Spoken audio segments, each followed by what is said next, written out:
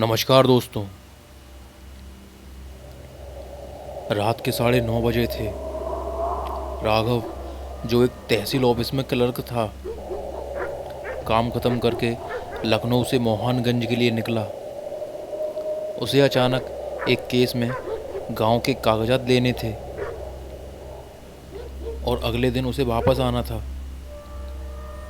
Bus stand पर जानकारी मिली कि मोहनगंज की आखिरी बस रात 10 बजे रवाना होगी। बस में बहुत कम लोग थे और ज़्यादातर सो रहे थे।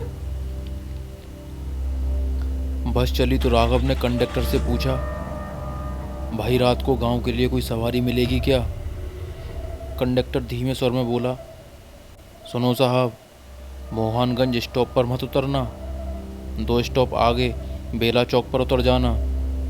रात वहीं किसी लॉज में ठहरो, सुबह चले जाना। राघव बोला, क्यों, क्या दिक्कत है? कंडक्टर ने कहा, बहुत सी बातें हैं जो बताने से बेहतर होता खुद समझ जाना, पर आपने पूछा है तो कहूँगा, वहाँ रात में रुकना ठीक नहीं है। राघव को कंडक्टर की ये बात अजीब लगी, लेकिन उसने अनसुना कर दिया।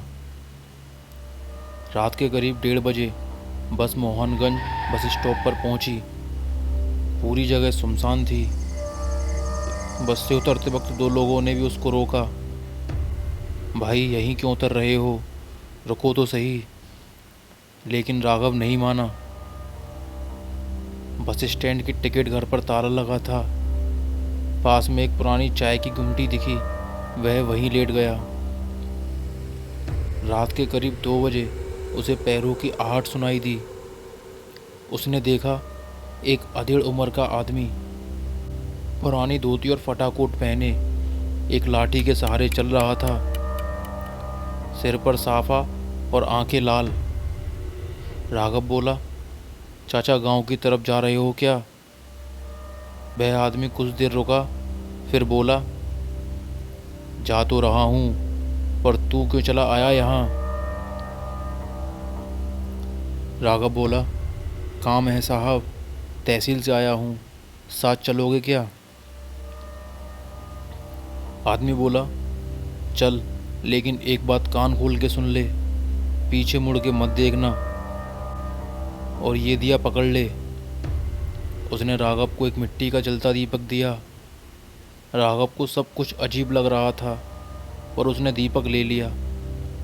दोनों कच्चे रास्ते से खेतों के बीच चलने लगे। राघव को थोड़ी दूर चलने पर किसी औरत की कराहट सुनाई दी। राघव बोला, कोई औरत मदद मांग रही है। आदमी ने कहा, अगर मुड़ा तो तू भी नहीं बचेगा और मैं भी मरूंगा। यहाँ आवाज़ें बुलाती हैं जान लेने के लिए। अचानक राघव को लगा उसके पैर जमीन में धंसने लगे हैं। उसने नीचे देखा तो पैर मिट्टी में नहीं, बल्कि किसी हाथ जैसी चीज़ ने जकड़ रखे थे। राघव घबराते हुए बोला, बचाओ, पैर नहीं हिल रहे, तेरा दीपक बुझ गया है, इसे पकड़।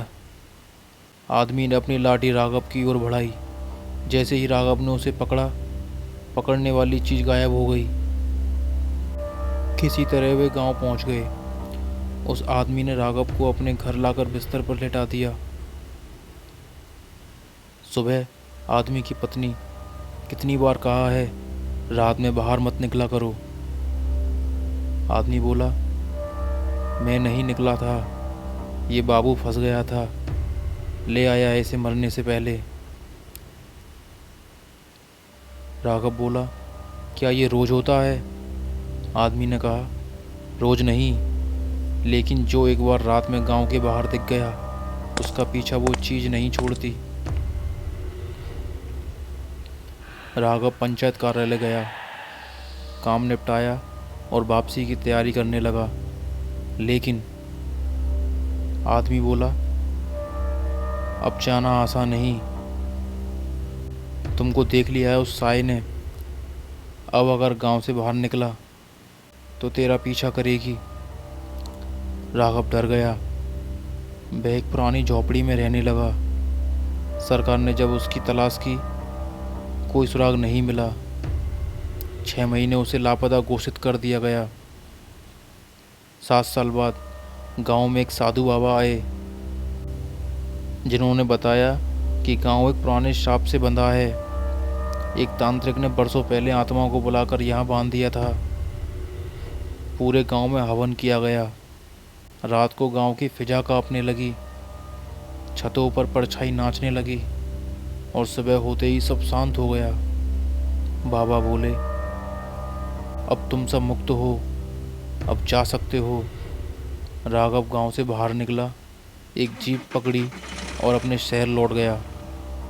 घर पहुंचते दरवाजे की घंटी बजाई। सामने उसकी बेटी थी, जो अब बड़ी हो चुकी थी। पत्नी सांसें रोकते हुए, राघव तुम जिंदा हो। राघव ने उन्हें गले लगा लिया, लेकिन उसकी आंखों में आज भी खेतों की वो परछाई तैर रही थी।